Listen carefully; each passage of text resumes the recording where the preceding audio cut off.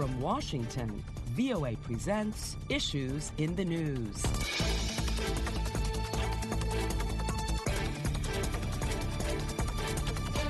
Hello and welcome to Issues in the News. I'm Kim Lewis, and joining me on the panel this week are Cindy Saine, VOA Senior Diplomatic Correspondent, and Dan Raviv, columnist for Newsday. Welcome, Cindy and Dan. Thank you. Happy to be here, Kim. Well, here are the issues. President Joe Biden defended his decision to withdraw the U.S. military from Afghanistan, saying in a televised address to the nation that the 20-year war was no longer serving the national interest of the United States. Biden said it was the unanimous recommendation of his national security team and military commanders to leave Afghanistan by the August 31st deadline. He rejected assertions that the withdrawal date was arbitrary. A sharply divided Supreme Court refused to block a Texas law that bans most abortions, leaving the country's most restrictive abortion measure intact. The court denied an emergency request from abortion providers to block the law, issuing a 5-4 ruling with Chief Justice John Roberts joining the court's 3 liberal justices in dissent. More than 1 million people were left without power in the wake of Hurricane Ida, and rescue crews worked tirelessly this week to get to residents trapped by floodwaters in their homes or on their roofs. Ida was the 5th strongest hurricane to ever make landfall in the continental U.S., with maximum winds of 150 miles per hour. The European Union has taken the United States off the safe travel list. The EU recommended that Americans should be banned from non-essential travel to its member states after a rise in COVID cases in the United States. The contagious Delta variant of COVID-19 continues to surge in the U.S. COVID-19 cases among children are also hitting levels not seen since winter.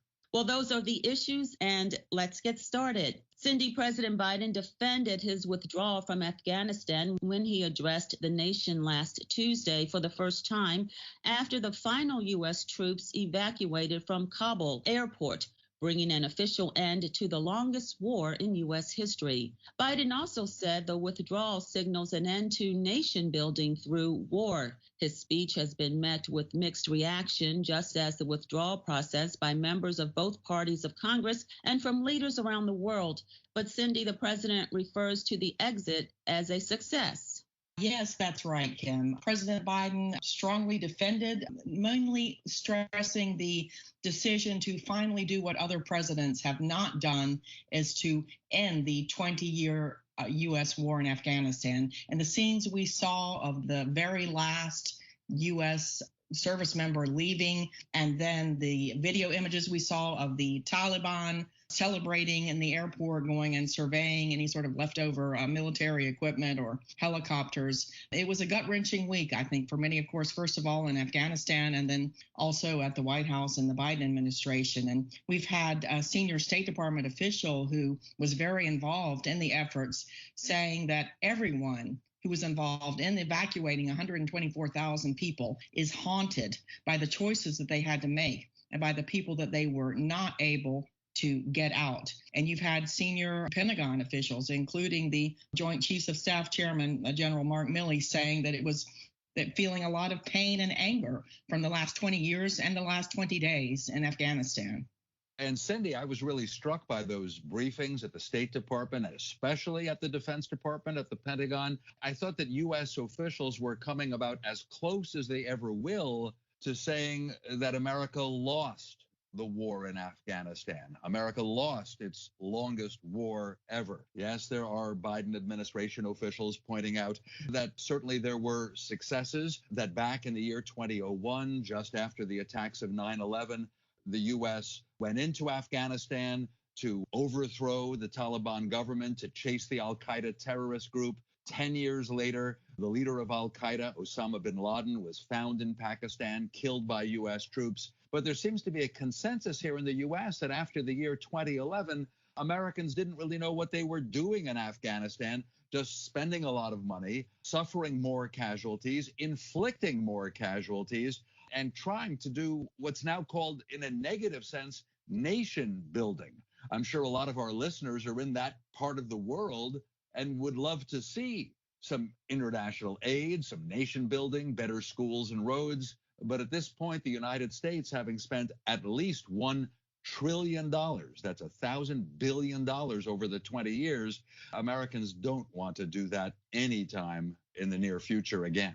Just pick up on what Dan said, is that a Pew Research poll showed that 69% of Americans feel that the U.S. overwhelmingly failed in reaching its goals in Afghanistan. And so although a majority of Americans agree with Biden's decision to end the U.S. military involvement, 42% do not like the way that he's handled the exit.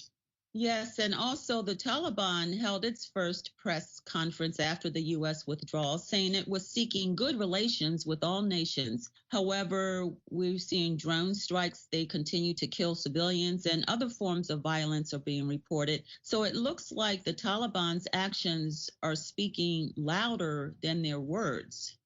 Yes, Kim, I think this is a huge question, and maybe even the Taliban leaders themselves don't know exactly how they are going to rule and how are they going to actually get the country under control. And I have spoken this week to some human rights activists and women's rights activists, and they point out that even if we sort of extend some good faith to the main Taliban leaders in Kabul, that they're, going to behave differently than they did in the past, that they don't necessarily have control over Taliban leaders and fighters and throughout the whole country, and that some of the far-flung provinces, things can be happening very differently. And we are hearing that women are being told not to report to work. Women judges and other people are saying, oh, just relax at home. We don't really need you.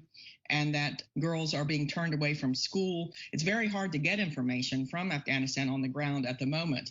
But I think it is a very big question, and this is something that people at the State Department are starting to wrestle with. We're going to have to deal with the Taliban on some level, just first to get people out of the country who want to get out, who may be in danger, and secondly, to get humanitarian aid in, because the country is really going to face a crisis of food and other shortages. As you know, Cindy, anytime there's a radical change of government, a revolution, a coup d'etat, a decision has to be made by other governments. In this case, I'm thinking the United States government. Do you recognize the new regime in Kabul, Afghanistan? Do you reopen the United States embassy? Do you let the new Afghan government control the embassy, the Afghan embassy here in Washington, D.C.? So those are decisions that absolutely send signals. Also, will the U.S. take part in international aid, which will be directed at the Afghan people to help them through all the severe problems in that country? But what if the money goes to the Taliban? And there's a lot of concern here in Washington. What if the Taliban do cooperate or in some way allow terrorist groups to set up bases, as they did when the Taliban was in power in the 1990s? And even looking at the Taliban, as you have pointed out, they're facing the challenge of governing a nation of 38 million people that heavily relies on international aid and imposing some form of Islamic rule on a population that now is far more educated and even cosmopolitan than it was when the group governed Afghanistan in the late 1990s. So we're just looking at this as them seeing that times have changed in their country. Yes, that's right, Kim. Certainly for the generation of young Afghan girls and women who were born during this U.S.-led involvement in Afghanistan and have grown up not knowing. And some, women's rights defenders who I've spoken to have said they are really concerned of a danger to the lives of girls and women who don't really know what to expect from the Taliban because they don't remember it. They don't have that experience. And for all of our listeners, just basically, women could not even leave the house to go for a walk without the accompaniment of a male family member. And that's what some women are telling me after being independent. Now they feel like all of a sudden they are dependent on a male family member to even leave the house. And women were mainly forbidden from having any kind of work outside the house, and even education, even some like primary elementary school education was forbidden for girls. By the way, I found that here in Washington, President Biden giving a speech almost every day, but there was one major one marking the end of the war, August 31st, the deadline that he had set, and explaining to the American people that we're about to have a change. He said that no longer will the United States be involved in nation building, but he wanted to signal to the world that the U.S. still has massive military power and will defend its interests and will pursue terrorist groups such as the so-called ISIS-K in Afghanistan. So Biden was trying to sound tough, and of course he was also trying to show empathy and sympathy toward the U.S. service personnel and civilians who had died over the years in Afghanistan, well over 2,000, and perhaps especially to the families of the 13 who died in the final days of the evacuation from Kabul. And I just want to point out that the families of some of those 13 Americans who died, they're very angry at President Biden.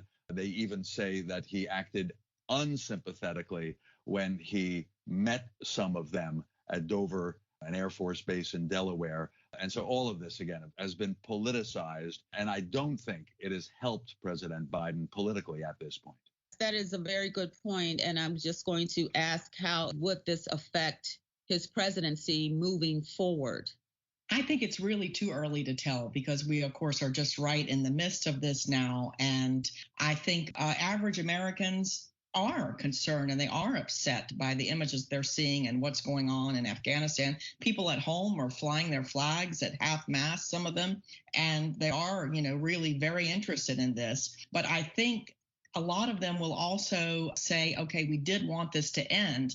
And President Biden tried to say, even if we had ended this in June or July, the moment that we started evacuating U.S. diplomats, there would have been a rush to the airport. So he tried to say that in a country like Afghanistan, with the situation being what it is, there is just no smooth way to say goodbye. Here in the United States, in general, voters don't seem interested in international affairs. For a while, it dominates the news, but almost always that gets replaced by domestic concerns, as I know we'll discuss in the rest of this program. And people in Joe Biden's party, the Democratic Party, say they're confident that how he handles the COVID pandemic and economic recovery, those are going to be the important issues in the elections next year and in 2024. Yes, and Dan, as you mentioned, domestic issues. Our next topic is from Texas, where the Texas state legislature passed a law that critics argue violates the constitutional right to abortion, first recognized in the landmark 1973 decision in Roe versus Wade, which prohibits states from banning abortion before a fetus is viable, typically around 24 weeks of pregnancy. So, Dan, can you tell us more about this? Conservative politicians in the state of Texas say that they are protecting the rights of the unborn fetus. And it could well be that that's a majority view in the state of Texas. But in 1973, the Supreme Court of the United States ruled that women have the right to choose if they want to have an abortion, a much more liberal policy than the state of Texas is now going to impose. In effect, Texas is not allowing abortions after 6 weeks of pregnancy, and many women don't even know they're pregnant at that point. And the Supreme Court had a chance to weigh in and actually took a vote, which is unusual, late on Wednesday night, and it was 5-4 among the justices to let this new Texas law stand. Certainly one of the liberal justices, Sonia Sotomayor, was outraged. She says that the majority of the court had decided to bury their heads in the sand when there's this law in Texas, as she put it, engineered to prohibit women from exercising their constitutional rights. So you may wonder, why did the court become more conservative on the subject of abortion? And the answer is the 4 years of Donald Trump as president. He was able to put justices on the court who are obvious conservatives and perhaps are even looking for an opportunity to reverse that decision from 1973 known as Roe versus Wade that gave women the right to choose. And so we might be on the edge of a very big change in the U.S. when it comes to abortion rights. Reactions on both sides of this, of course, with opponents of abortion saying this is a historic decision and saying, that this is a great victory for the rights of the unborn. President Biden called the Texas law extreme, said it will greatly impact women's access to health care, especially for low-income individuals and communities of color. And he said the outrageous part, and critics of the law agree, is that the law was engineered, as Dan said, to get around legal challenges, and it actually deputizes private citizens to bring lawsuits against anyone they believe that has helped a woman to get an abortion. That could be a family member, that could be a receptionist at a healthcare clinic, a healthcare worker, or a stranger. If the person wins the lawsuit, a private citizen, they get a $10,000, what some are calling a bounty. And you see now groups going online and saying, help us enforce this. Basically, if you know someone who's trying to get an abortion, turn them in. And a lot of people are very concerned about that creating the kind of climate that would create.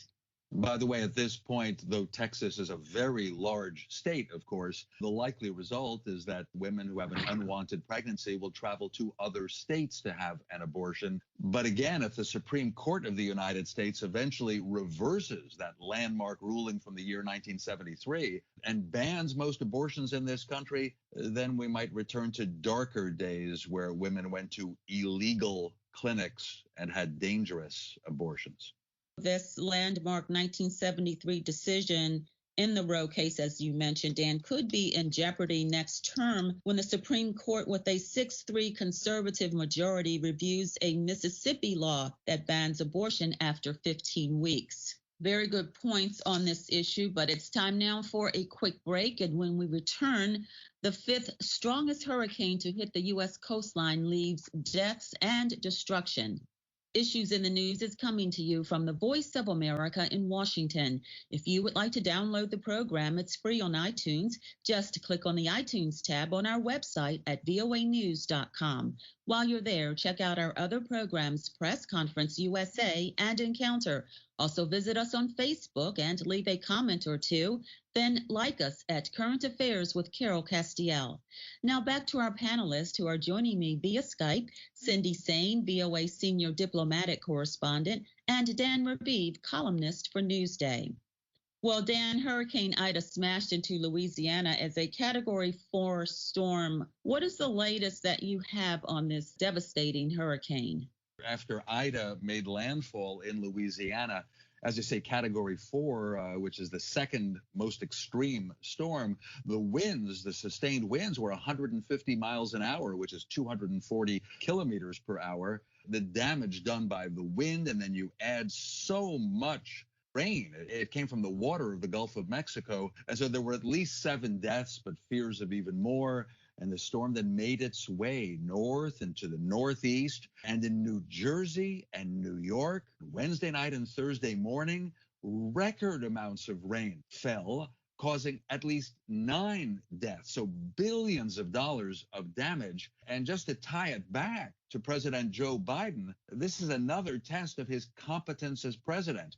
Even as he planned a trip to Louisiana to see the damage, it is always a test for a president, not just how they behave, do they show sympathy and empathy, but also do they send enough money? Is the federal national government actually sending enough to help people? Were they well enough prepared? This was a major problem for President George W. Bush in the year 2005 when Louisiana was hit by Hurricane Katrina and New Orleans, the whole city, was flooded. And President Bush then was seen as a failure. So that's why it's another test for Joe Biden. And of course, as well as the human disaster and the financial hit, it's going to have political impact. Cindy, what is the Biden administration doing in terms of providing aid from this hurricane? The images that we're seeing now are flooded subways in New York City, as Ida is not done with the U.S. And we saw that the subways were flooded. And so Biden is going to be visiting Louisiana. And now it looks like there'll be also the aid required for cities in the northeast. So very destructive hurricane. And as a lot of climate scientists are saying that these storms are getting worse. And we're seeing tornadoes and other extreme weather events in areas that we didn't traditionally see them in the past. The hurricane spawned tornadoes and drenched the region with heavy rains. So, Dan, it's created such a path of destruction. I'm struck that as we watch the news around the world about a very hot summer in many parts of the world and more extreme weather than we're used to, whether this is a case for climate change as being a major issue. President Donald Trump said he didn't believe climate change is a major concern. He did not believe that the oil and natural gas industries are contributing to the problem. Joe Biden says he does. He has the former senator and former Secretary of State John Kerry as a special ambassador on the climate change issue. Kerry planning a big meeting with China and other countries. And this, by the way, goes back to former Vice President Al Gore, also a member of the Democratic Party. And he had an award-winning movie, you may recall, a documentary in the year 2006, An Inconvenient Truth, where he said that global warming and climate change would cause extreme weather. And certainly there are people who say, look, it seems to be happening now. Yes, it certainly looks that way. And I just want to move on to get our last topic in. The European Union has removed the U.S. from its safe travel list and no longer recommends its member states ease restrictions on non-essential travel for all Americans. The EU's updated guidance comes as the U.S. faces its fourth wave of COVID-19, driven by the highly contagious Delta variant. So, Cindy, what has been the response of the Biden administration to these new recommendations? The State Department spokesperson, Ned Price, was asked about it, and he said, we appreciate the transparency of our European partners on this. And basically, the U.S. can't say a whole lot because the U.S. is still not allowing European Union travelers into the U.S. And some would see these recommendations as sort of a trade-off or a reprisal even from the European Union. But I think the important thing to note is that these are just recommendations from the European Union. They are not binding on any one particular country of the 27 member bloc. And so far, no country has put restrictions on American travelers. As a matter of fact, many of the southern countries in Europe, the Mediterranean countries, are very dependent on tourist revenue, and they want American travelers back. And Greece and Spain have said they are not planning on changing their restrictions in the coming weeks. They want Americans to come. Spain doesn't have any restrictions on American travelers. A French official said, we welcome American travelers. And France, they would like to see either a negative test or a proof of a COVID vaccine. But so far, these are recommendations only. I mean, I think it will sort of create uncertainty among some would-be American vacation goers to Europe. But for now, some would argue, look, the rates are really going up, COVID rates, especially among children and young people in the U.S., that Europe is a safer place to be right now. More people in Europe, a higher percentage of the populations are vaccinated, with some countries around 70% than in the U.S. Yeah, the vaccination rates had been lower in Europe compared with the United States a few months ago. But it seems that here in the U.S., vaccinations have pretty much plateaued. There are more than 20% of Americans, according to opinion polls, who will never get inoculated. They don't believe in the vaccine. They think it's dangerous. And so far, of course, more than 40% of Americans have said no to the vaccine. But little by little, authorities are optimistic here. But I was struck by this in the recommendation from the European Union. It says that its member nations should exclude unvaccinated travelers from the United States and other countries, unvaccinated. And so I know a lot of Americans who say, good, it's one more message telling people to get vaccinated. You'll be able to travel, you'll be able to take vacations. If you are unvaccinated, you are going to be treated as a pariah. You're someone who might spread COVID-19. And so vaccinated people, especially if they get that third vaccination that's being described as a booster, that's going to be starting in large numbers in the United States in the coming weeks. That may be sending actually a good message and may help restore the tourism industry. And we will have to end the show on that note. My thanks to our panelists, Cindy Saine, VOA Senior Diplomatic Correspondent, and Dan Raviv, columnist for Newsday. I'm Kim Lewis, and thanks for joining us for Issues in the News.